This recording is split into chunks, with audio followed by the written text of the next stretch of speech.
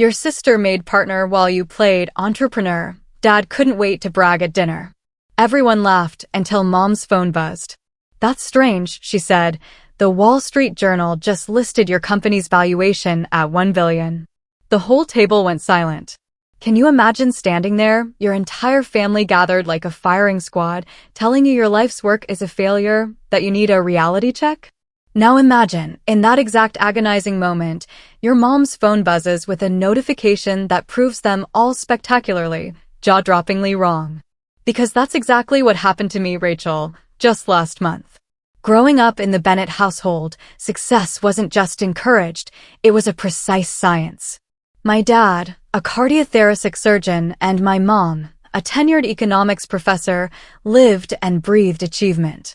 Family dinners weren't about bonding, they were curated highlight reels of academic triumphs and career milestones. My older sister, Emily, was the poster child for this. While she meticulously followed instructions on her science projects, I was busy trying to reinvent them. Rachel, my dad would say with a tight smile, sometimes the tried and true path is best. Look at how well Emily's project turned out. My creative thinking? Often framed as a liability, not an asset. But even with my unconventional brain, I still aced everything. Stanford, double major in computer science and biomedical engineering, with honors. My parents beamed at graduation, already picturing me at Google or Apple, or maybe following my dad into medicine. And for 2 years, I played the part. I landed a coveted role at a big tech firm, working on healthcare initiatives. The pay was great, the benefits stellar.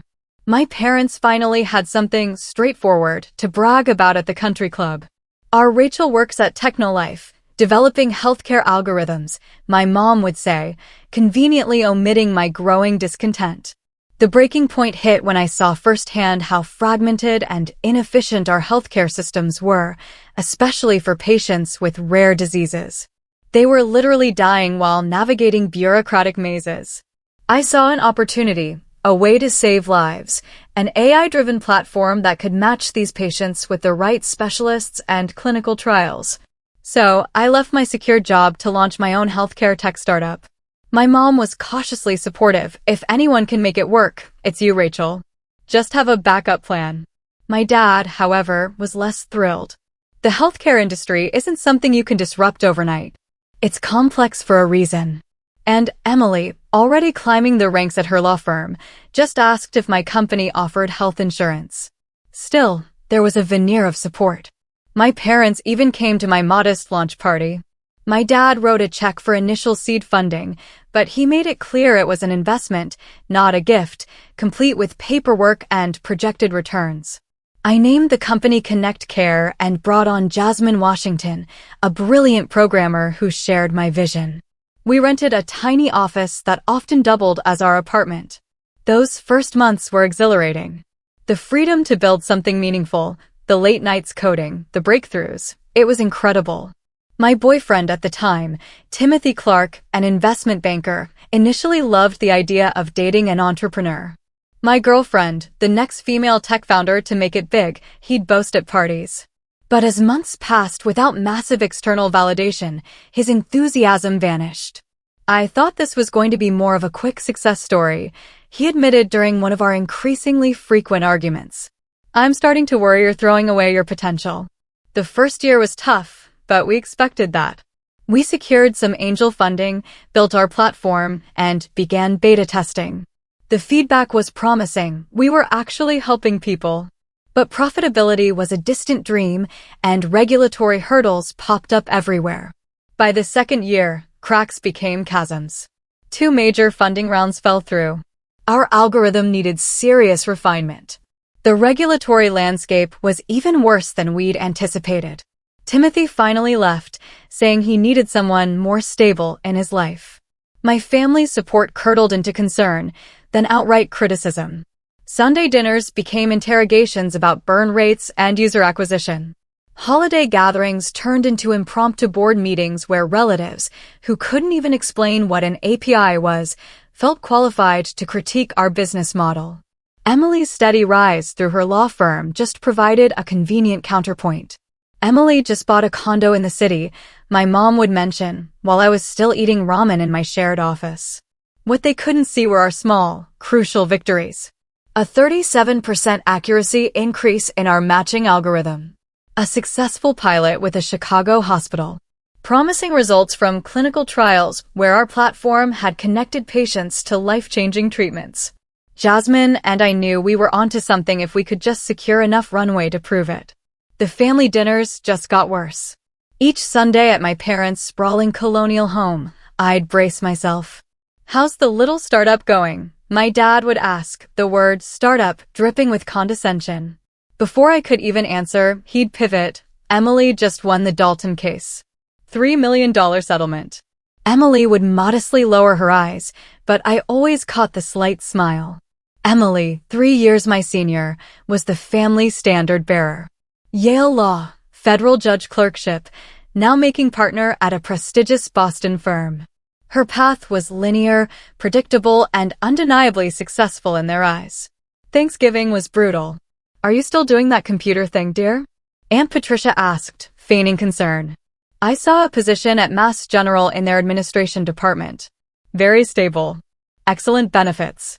I tried to explain, for what felt like the 100th time, I'm building a healthcare platform that connects patients with rare diseases to specialists and clinical trials.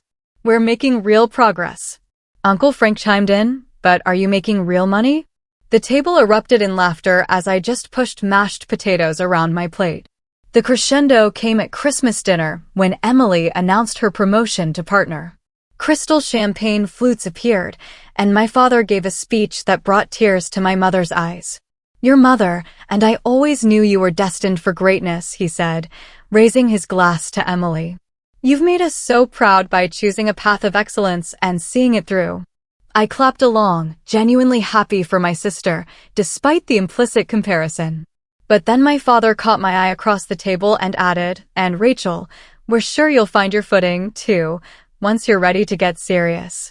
It felt like a punch to the gut. January brought a new crisis. Our primary server crashed, taking the platform offline for 3 crucial days. We lost a potential partnership. Our bank account was dwindling and payroll for our small team of 5 loomed large. I swallowed my pride and called my father. We met at his country club. He sipped scotch, listening with clinical detachment. "So, you need $50,000 to bridge until your next funding round," he clarified, examining me over his glasses. "It's a loan, not a gift," I emphasized. "We have a meeting with Horizon Ventures next month. They've expressed serious interest." My father set down his glass.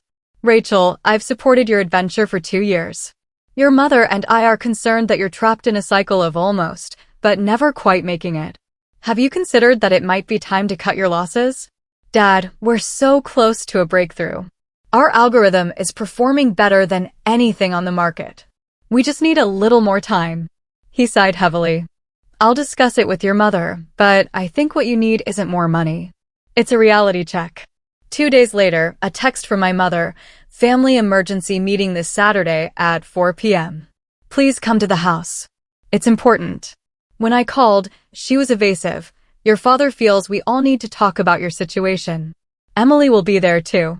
That night, I stayed late at the office, refining our matching algorithm. At 2 a.m., I had a breakthrough.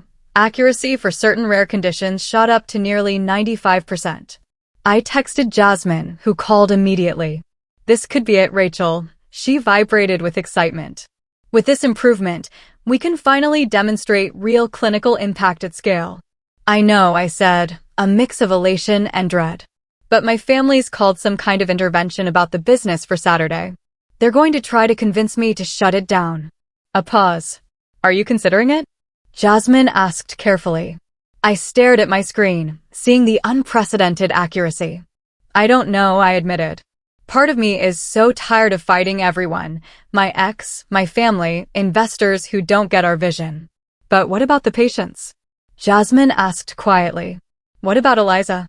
Eliza was a 12-year-old with a rare muscular dystrophy who'd accessed a life-changing clinical trial through our platform during the Chicago pilot.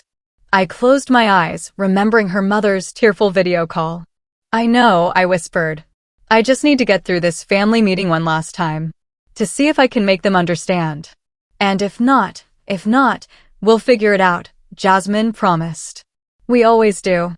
Saturday arrived too quickly.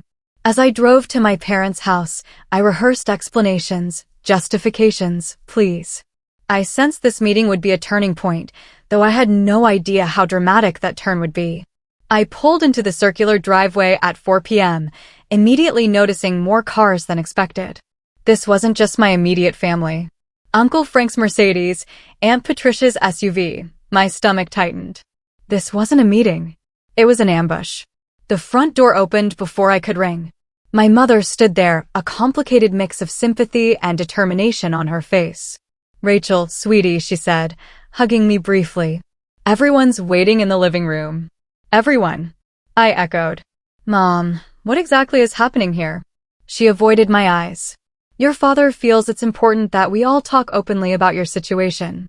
The living room went silent as I entered. It was surreal, like walking into my own intervention on a daytime talk show. My father by the fireplace, the clear authority. Emily primly on the sofa, a legal pad balanced on her knee. And strategically placed around the room, Aunt Patricia and Uncle Frank, my father's colleague Dr. Winston and his wife, my godmother Judith, and, to my shock, my mother's financial advisor, Bradley. "What is this?" I asked, remaining standing despite the conspicuously empty seat directly across from my father. He cleared his throat. "Rachel, please sit down. We've gathered as a family because we're concerned about the path you've chosen." "And Bradley is family now?" I asked, nodding toward the advisor, who had the decency to look uncomfortable. "Bradley is here to offer professional perspective," my father responded smoothly. "Please sit." Reluctantly, I took the seat, feeling like a defendant facing a jury. My father had clearly rehearsed his speech. "For 2 years, we've supported your entrepreneurial experiment. We've watched you pour your savings, your time, your relationships, and your talents into a venture that shows no signs of viability. As a family, we can no longer stand by while you waste your potential and jeopardize your future." Uncle Frank nodded vigorously. "Your father asked me to look at your business plan, Rachel. The burn rate is unsustainable without significant investment, which hasn't materialized after 2 years. That's usually a market signal." "You showed him our confidential business documents?" I asked my father, incredulous. "I showed him what you showed me when you asked for $50,000, my father replied. "And Frank agrees. The outlook isn't promising." Aunt Patricia leaned forward. "Honey, no one's saying you aren't smart or hardworking, but sometimes the smartest thing is knowing when to cut your losses. I have a friend at Massachusetts General Hospital." "I don't want to work at Mass General," I interrupted. "Our platform is finally showing real clinical impact. We're helping patients with rare diseases find treatments that could save their lives." "But is it financially viable?" Bradley asked gently. "Even the most altruistic venture needs a sustainable model. We're pre-revenue by design," I explained, feeling like I was speaking a foreign language. "We're building the network and refining the algorithm before full-scale monetization. It's standard for this type of platform." Dr. Winston shook his head. "I've seen many medical innovations fail, not because they weren't good ideas, but because they couldn't navigate the regulatory landscape and financial realities of healthcare." My godmother, Judith, finally spoke. "Rachel, we're worried about you personally, too. Timothy was such a lovely young man, and your mother tells me you hardly date anymore. You're working all hours, living in your office." "Timothy left because he wanted to date a status symbol, not an actual person with ambitions," I retorted, my composure slipping. "And my personal life isn't up for family debate." Emily, who'd been scribbling notes, looked up. "I've taken the liberty of drafting some options for you," she said, her tone professionally sympathetic. "I have contacts at several tech firms who would be interested in someone with your background. You could leverage your startup experience as an asset rather than a liability in the job market." "That's very thoughtful, Emily," I said tightly. "But I'm not looking for a job. I have one. I'm the CEO of a company that's doing important work." My mother, who'd been uncharacteristically quiet, touched my arm. "Sweetheart, we know you believe in what you're doing, but you've always been so idealistic. Sometimes reality doesn't match our dreams. And that's not failure, it's life. I looked around the room at these people who claimed to love me, yet couldn't see or respect the vision that drove me. Our algorithm just achieved 95% matching accuracy for certain conditions, I pleaded. Do you know what that means? It means patients who would otherwise spend years searching for appropriate treatment can find it in days. It means lives saved. My father sighed heavily. Rachel, everyone wants to save the world when they're young, but there are established channels for medical innovation for a reason. If your idea had merit, wouldn't the market have validated it by now? The market is broken. I insisted. That's exactly why we're building this. And we do have validation from patients, from doctors at our pilot hospitals, from clinical researchers.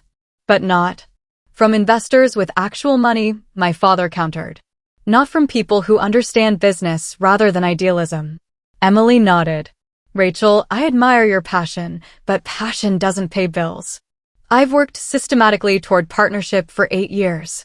It took discipline, strategic choices, and sometimes putting aside what I wanted in the moment for the bigger picture.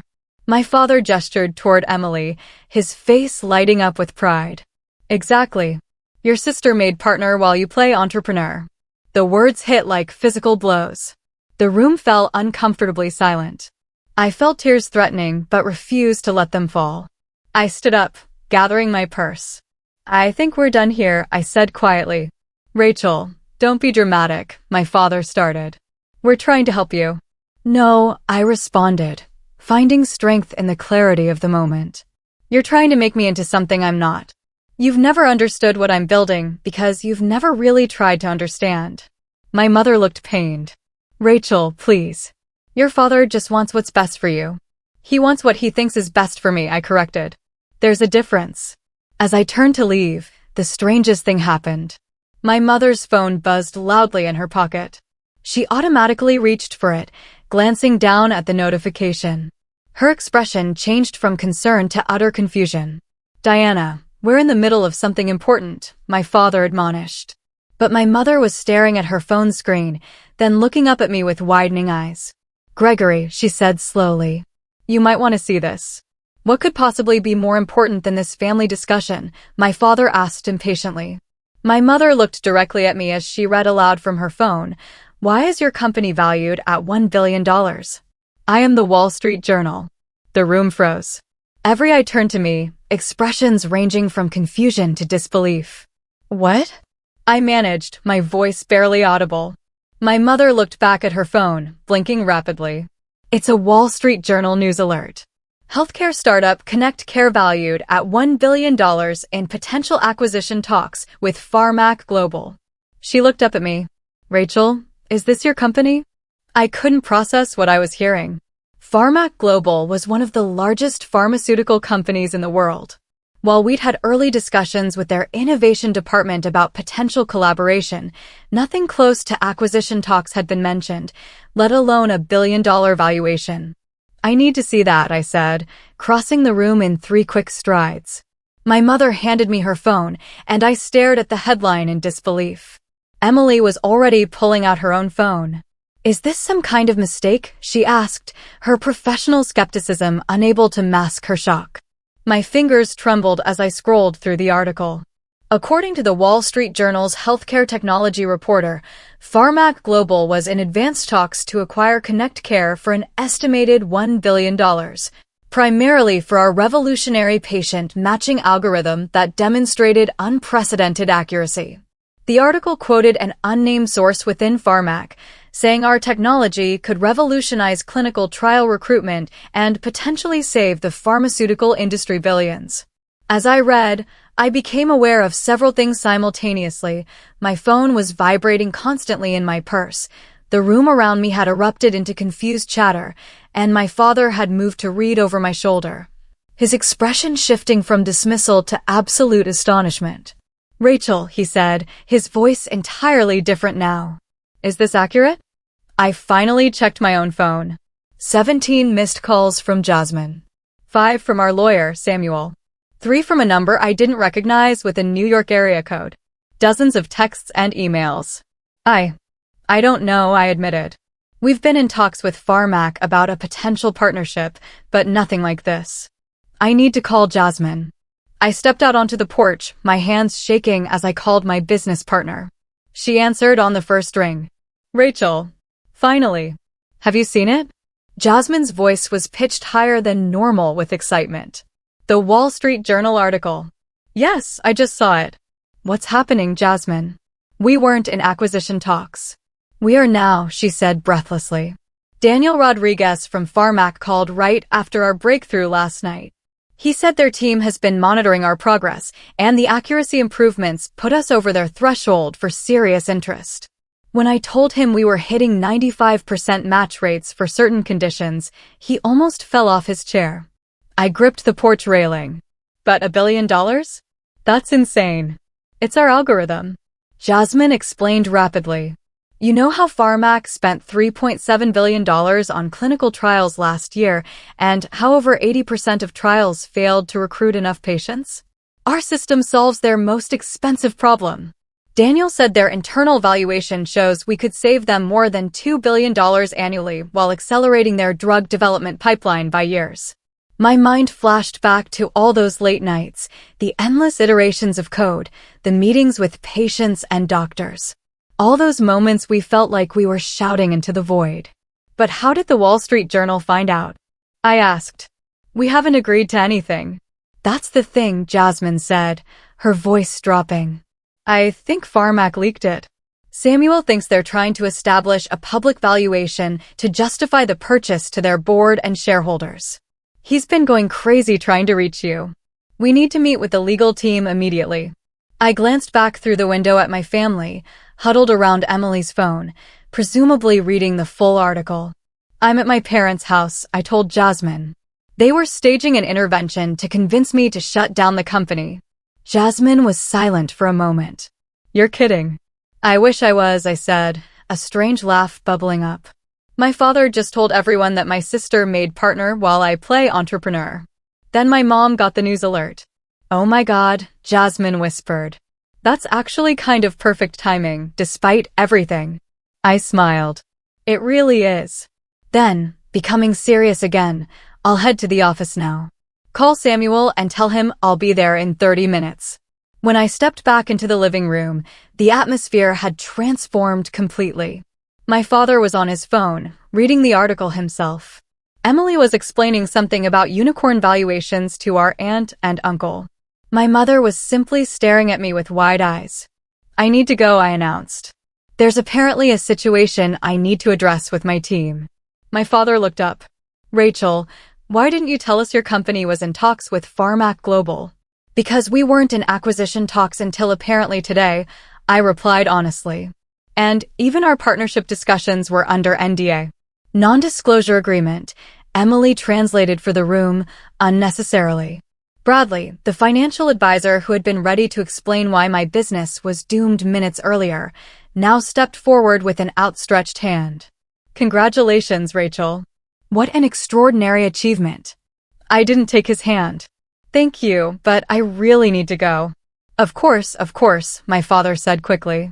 This is obviously an important business matter. We didn't mean to keep you from something so significant. The irony was almost too much to bear. I looked around at the room full of people who had gathered specifically to convince me to abandon my vision. Actually, that's exactly what this meeting was designed to do, I said quietly. My father had the grace to look uncomfortable. Rachel, we were concerned. We didn't have all the information. No, I agreed. You didn't. But you were quite comfortable making judgments anyway. I turned to leave, then paused. I'll let you all know how things develop. Right now, I need to speak with my team and our lawyers. As I walked out the door, I heard my mother call after me. Rachel, wait. She hurried down the front steps. I just want to say I'm proud of you. I always have been. I looked at her, seeing the sincerity in her eyes, but also remembering her silence during my father's dismissal of my work. Thanks, Mom, I said simply, unable to fully process my complicated feelings in that moment. As I drove toward our office, my phone continued to buzz. The story was spreading beyond the Wall Street Journal now, with TechCrunch, Bloomberg, and other outlets picking it up. Our website traffic had increased by 3,000% in the past hour. I thought about all the times I doubted myself over the past 2 years. The nights I'd lay awake wondering if everyone else was right, if I was being foolishly idealistic, if I was wasting my potential. I thought about Timothy walking out, saying he needed someone more stable. I thought about my father's dismissive tone when he talked about my little startup. Then I thought about Eliza, the 12-year-old who had accessed a life-changing clinical trial through our platform. I thought about Jasmine's unwavering belief in our vision. I thought about the breakthrough we'd achieved just last night, not knowing it would trigger this tsunami. My entire life was about to change, I realized. And ironically, it was happening just hours after my family had gathered to stage an intervention about my failure. The next 48 hours passed in a blur of conference calls, emergency meetings, and hastily arranged flights. Our tiny office transformed into a command center. The first call with Daniel Rodriguez of Pharmac confirmed what Jasmine had told me. They were serious about acquisition talks, though they hadn't intended for the news to leak quite so dramatically. Your timing couldn't have been better with your algorithm breakthrough, Daniel said. Our clinical research team validated your results this morning. It's exactly what we've been looking for. By Sunday evening, we had a preliminary term sheet from Pharmac, $950 million in cash and stock options. Samuel, our lawyer, pointed out it was less than the billion-dollar figure mentioned in the media. They're testing to see if the publicity has gone to your heads, he explained. Standard negotiation tactic. They know the technology is worth more than this. Jasmine and I spent that night reviewing every detail. The question isn't just about the money, Jasmine said, her eyes red-rimmed. It's about control. If we sell outright, we can't guarantee they'll use the technology the way we intended. She was right. The algorithm we built wasn't just clever tech, it was a mission. In the wrong hands, it could become just another tool for pharmaceutical profit maximization. By Monday morning, my phone was ringing constantly with calls from family members I hadn't heard from in years. Even Timothy tried to reach me. His text message was a masterpiece of casual reconnection, making no mention of how he'd walked out when things got tough. Heard about your success. Always knew you had it in you. Coffee sometime? I left it unanswered. My mother called 3 times before I finally picked up Monday afternoon. Rachel, we just want to know you're okay, she said, her voice tentative. It's been all over the news. Your father's colleagues are calling to ask about you. I'm fine, Mom, I replied, trying to keep the edge from my voice. Just extremely busy. Of course, she said quickly. We don't want to bother you. But your father would like to talk to you. He feels terrible about Saturday. I closed my eyes, remembering the look on his face when he proclaimed Emily made partner while I played entrepreneur. The memories still stung. I can't talk to him right now, I said finally. I'm in the middle of the most important business negotiations of my life. Tell him I'll call when things settle down. There was a pause. He's very proud of you, Rachel. Now he is, I couldn't help saying. Now that other people have validated what I'm doing. My mother didn't argue the point. Will you at least let us know what you decide about the acquisition? Yes, I promised. I'll keep you updated. That evening, as Jasmine and I reviewed a counterproposal with Samuel, there was a knock at our office door. To my astonishment, Emily stood there, holding a bottle of champagne and looking uncharacteristically uncertain. Your secretary let me up, she explained. Though we don't have a secretary. I thought you might need a break and maybe some legal perspective from someone who's on your side. I hesitated, still feeling the sting of her participation in the intervention. I brought the good stuff, she added, lifting the champagne. Dom Perignon. Partner-level celebration material. Despite myself, I smiled. Come in. Emily sat with us for the next 3 hours, reviewing Pharmaca's terms with the sharp eye of a corporate attorney.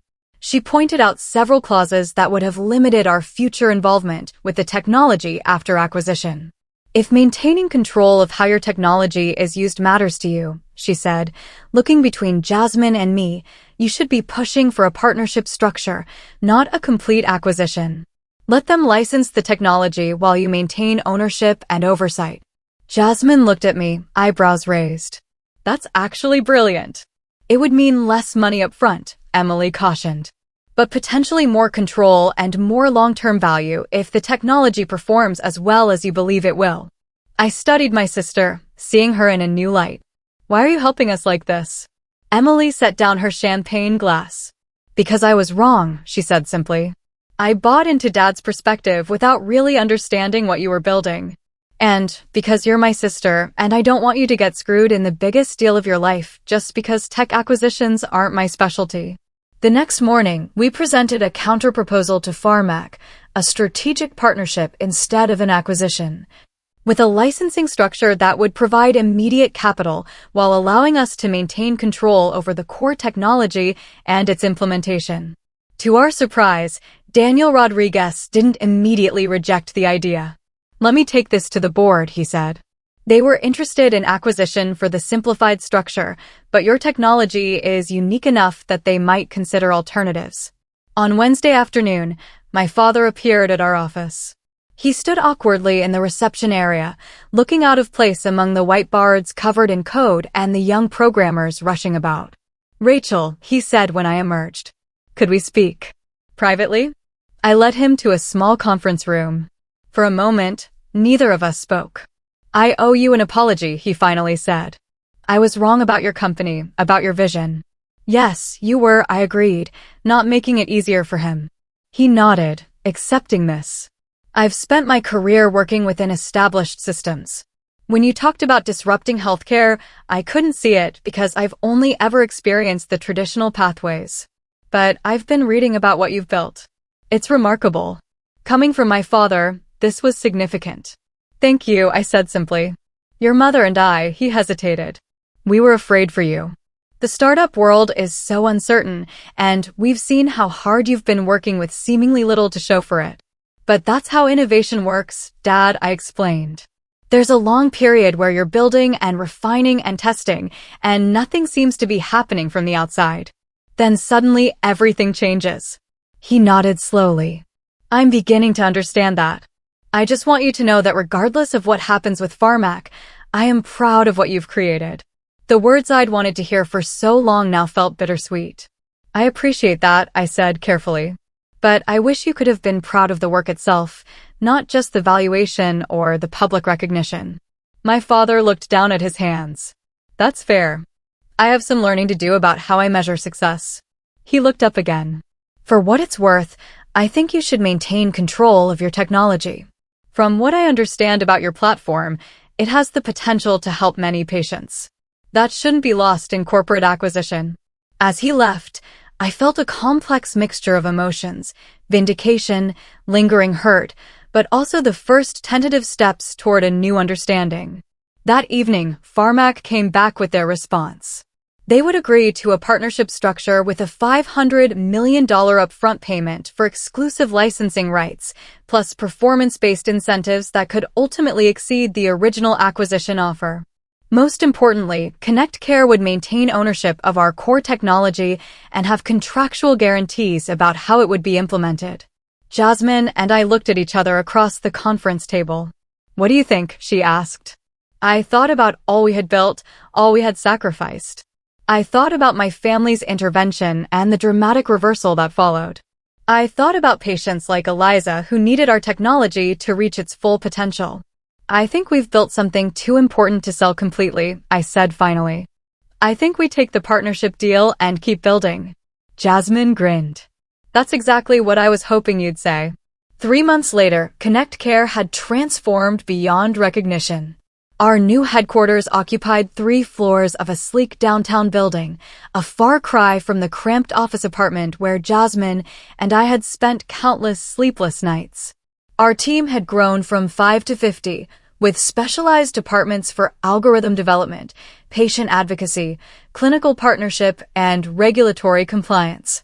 The $500 million licensing payment had provided immediate stability, while allowing us to maintain ownership and direction. The partnership structure had proven even more valuable than we anticipated. Pharmaca's global reach and regulatory expertise accelerated our implementation timeline by years, while our continued innovation kept improving the core matching algorithm. Most importantly, we were helping patients. Within 3 months of our expanded launch, We had successfully matched over 5,000 patients with rare diseases to appropriate specialists or clinical trials. The testimonials flooded in daily. Families who had spent years searching for answers finally finding paths forward through our platform. The personal changes were just as dramatic. I'd purchased a comfortable condo in the city. Nothing ostentatious, but a genuine home rather than a converted office space. Jasmine had paid off her parents' mortgage and set up college funds for her nieces and nephews. We were both still working intense hours, but now from a place of choice rather than desperate necessity. My relationship with my family had evolved into something more complex, but ultimately healthier. The monthly dinners at my parents' house had resumed, but the dynamic had shifted significantly. "Pass the potatoes, will you, Rachel?" my father asked during one such dinner in June. "I was reading about your expansion into European markets." "Thanks, Dad," I said, passing the dish. "Our compliance team has been working closely with the EU health authorities. It's complex, but we're making progress." Emily, who had recently taken on some pro bono work for patient advocacy groups, chimed in. "The European privacy laws around patient data are particularly challenging. How are you handling GDPR compliance?" The conversation flowed into a technical discussion of international healthcare regulations, territory where my father and sister were genuinely interested and engaged, rather than dismissive. My mother watched with a small smile, occasionally contributing, but mostly seeming content to witness this new family dynamic.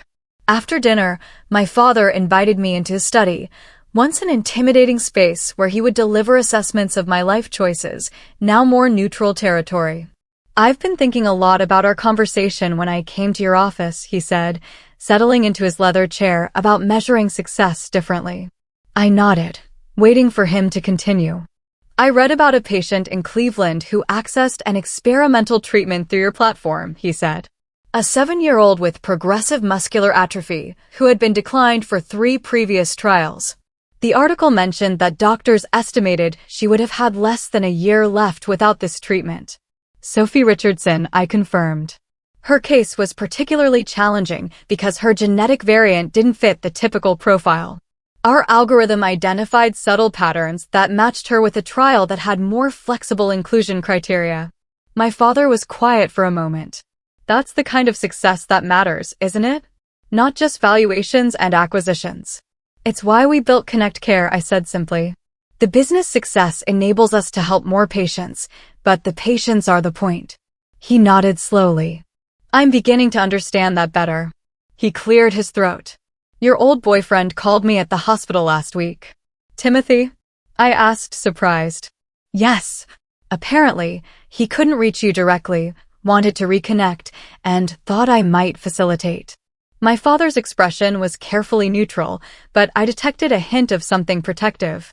"And what did you tell him?" A small smile played at the corner of my father's mouth. "I told him, my daughter is running a successful global healthcare platform and is extremely selective about her time commitments." I couldn't help but laugh. "Thank you for that." The doorbell rang, and moments later, my mother appeared at the study door. "Rachel, there's a Malene Torres here to see you. She says you were expecting her." Malene Torres, the Wall Street Journal reporter whose article had changed everything, had reached out requesting an interview about the impact of Connect Care's technology. After careful consideration, I had agreed, suggesting she join us for dessert. "Yes, we had arranged to meet here," I confirmed, standing up. "She's writing a follow-up piece." My father raised his eyebrows. "Brave to invite the press to a family gathering." I smiled. "I think we can handle it." Malene turned out to be nothing like the intimidating media personality I had imagined, in her early 30s with curly hair and bright, intelligent eyes. She asked thoughtful questions about both the technology and the human impact of our work. "What surprised me about your story," she said as we settled in the living room with coffee and my mother's apple pie, "was how you maintained control rather than taking the larger acquisition offer. That's unusual in the tech world, especially for a first-time founder." "The technology we built serves a specific purpose," I explained. "We were concerned that purpose might get lost in a complete acquisition." "Rachel has always been principled," my mother interjected proudly. even as a child. Meline smiled. And how has the partnership structure worked out in practice? Better than we anticipated, I admitted. Pharmac brings resources and reach that would have taken us years to develop independently, while we maintain the core innovation that makes the system effective. And the personal impact? Meline asked, her gaze direct. Your life must have changed dramatically over the past few months. I considered this. Externally? Yes, we have proper offices now, a growing team, financial stability. But the core of what we're doing, connecting patients with life-changing treatments, that's the same mission we started with. As the evening wound down, Emily walked Meline out while I helped my mother clear the dessert plates. You handled that interview beautifully, my mother said, rinsing a cup. Very poised. Thanks, Mom, I replied. It gets easier with practice. She set down the cup and turned to face me. I want to apologize again for that intervention. We were so wrong, and in such a public, hurtful way. I leaned against the counter. Why didn't you say anything that day? Before the Wall Street Journal notification. You just sat there while Dad and everyone else picked apart my choices. My mother sighed deeply. I was caught between what your father believed was best and what I feared might be true. I was worried about you, working so hard with so little recognition. But I should have spoken up. You should have, I agreed. I know, she said quietly. But I want you to know I always believed in you, Rachel, even when I was afraid for you. I reached out and squeezed her hand. I know, Mom, and we're finding a better way forward now. Later that night, as I drove back to my condo, I reflected on the extraordinary journey of the past 3 months. The technology we had built was helping people in ways we had always envisioned, but had struggled to make others see. The validation had come both financially and in terms of impact, but the vindication felt less important now than the work itself. My phone buzzed with a text from Jasmine. Just got the European regulatory preliminary approval. We can start the EU pilot next month. Another milestone reached. Another step toward the vision we had held onto through 2 difficult years of doubt and dismissal. As I pulled into my parking space, I felt a deep sense of gratitude, not just for the success, but for the struggle that had shaped both our technology and my own resilience along the way. 1 year after the Wall Street Journal article that changed everything, Connect Care had evolved beyond what Jasmine and I had dared to imagine in those early days. Our patient matching platform, now operated in 12 countries, had facilitated over 20,000 rare disease treatment connections and had become the gold standard for clinical trial recruitment. The financial success was undeniable. Our partnership with Pharmac had exceeded performance metrics, triggering additional payments that brought our total compensation close to the original billion-dollar valuation. Jasmine and I had both become wealthy by any reasonable standard, though we remained actively involved in the company's operations and strategic direction. But the true measure of our success wasn't in bank accounts or valuations. It was in the emails, letters, and video messages that arrived daily from patients and families whose lives had been transformed. One Tuesday morning, I sat in our glass-walled conference room when my assistant Amanda knocked gently. "There's someone here to see you," she said. A Sophia Richardson and her mother. They don't have an appointment, but they were hoping to meet you personally. I recognized the name immediately. The 7-year-old with progressive muscular atrophy, whose case I had mentioned to my father months earlier. "Please send them in," I said, closing my laptop. The girl who walked through the door looked nothing like the frail child I had seen in medical files.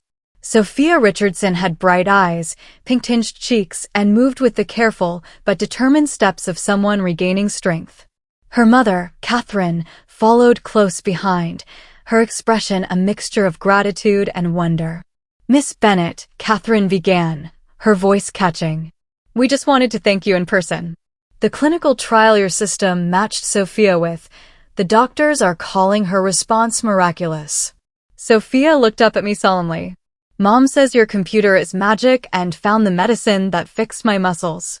I knelt to her level. "Not magic, just very good at finding the right matches. But I'm so happy it helped you." "Me too," she said simply. "I can go to school now and dance class starts next week." The Richardsons stayed for nearly an hour. Catherine explained the transformation in clinical terms, how the gene therapy had halted the progression of Sophia's disease. But it was the small details that moved me most. Sophia's excitement about joining a ballet class, her plans for Halloween, the ordinary childhood experiences that had seemed impossible a year earlier. After they left, I sat quietly in my office, processing the encounter. This was why we had persevered through 2 years of doubt and dismissal. This was what my family hadn't been able to see when they gathered for their intervention. My phone rang, Emily calling. Our relationship had evolved into something stronger and more equal over the past year. She had even helped establish a legal advocacy division within Connect Care that provided pro bono support to patients. "Are we still on for dinner tonight?" she asked. "Dad's presenting some award, so it's just us." "Absolutely," I confirmed. "I just met Sophia Richardson and her mother. Remember that case I told you about?" "That's amazing, Rachel. Bring the details tonight. I want to hear everything." Later that evening, over dinner, I told Emily about the Richardsons' visit. "It's extraordinary what you've built," she said when I finished. "Not just the technology, but the entire ecosystem around it." "We've been lucky," I acknowledged. Emily shook her head firmly. "No, that's what Dad would say to minimize what you've accomplished. This isn't luck. It's vision, persistence, and the courage to keep going when everyone, including your family, told you to stop." I smiled at her directness. "When did you become my biggest defender?" "Probably around the time I realized how wrong I'd been," she admitted. "And watching you navigate this past year with such grace and focus, it's been inspiring." We talked about the mentorship program I had recently established for women entrepreneurs in healthcare technology. "I remember when you first told us you were leaving your job to start Connect Care," Emily said thoughtfully. "Dad was horrified, but I was secretly envious." This surprised me. "Envious? You were already on the partner track at a prestigious firm." "Exactly," she said. "I was on a track someone else had laid out. You were creating something entirely new." She sipped her wine. "I never had the courage to deviate from the expected path." "It's not too late," I pointed out. "Your work with our legal advocacy division has made a huge difference for patients."